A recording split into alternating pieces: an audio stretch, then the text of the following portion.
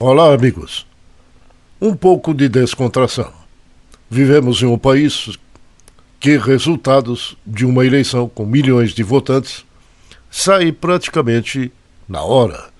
E os resultados de exames de sangue demoram quase uma semana.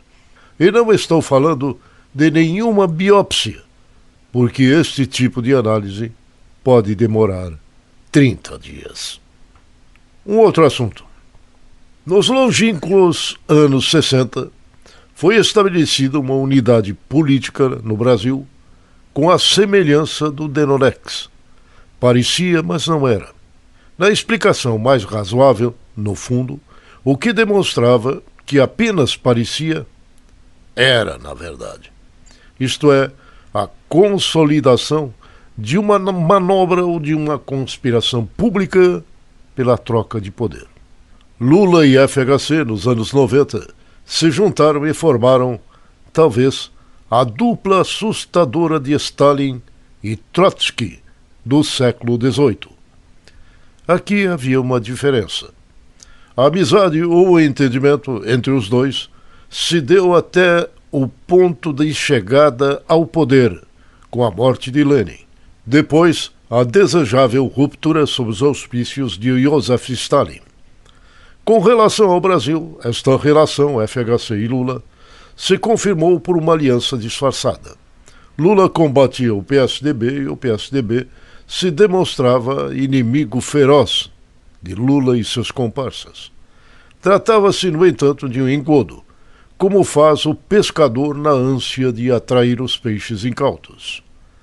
A recente propaganda eleitoral, onde o PSDB foi vergonhosamente surrado pela população eleitoral, ficou evidente quem era o inimigo de FHC e de Lula.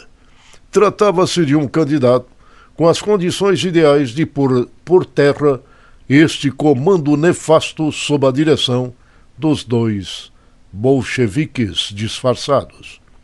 O candidato chuchu, Geraldo Alckmin, fez o papel que era reservado a FHC. Atirou somente em uma direção. Parecia um candidato movido por esporas.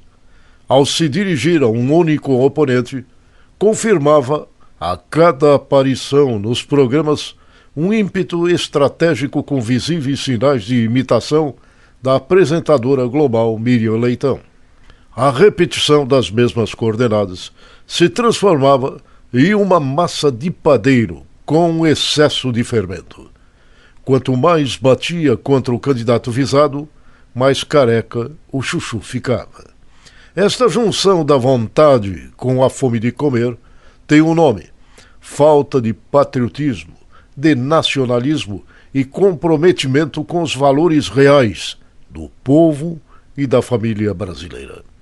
O PSDB, por sua negligência histórica, terá que lutar muito para juntar os cacos deixados ao longo de sua história política.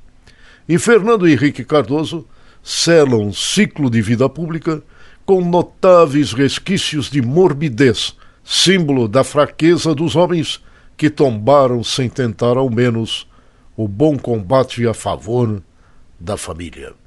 Ao contrário, agora, depois de derrotado nas urnas, diz que fica neutro, mas libera no segundo turno os componentes do partido. Esta nada mais é do que a senha da conspiração entre os dois farsantes. Pensa nisso, enquanto que eu lhes agradeço pela atenção dispensada.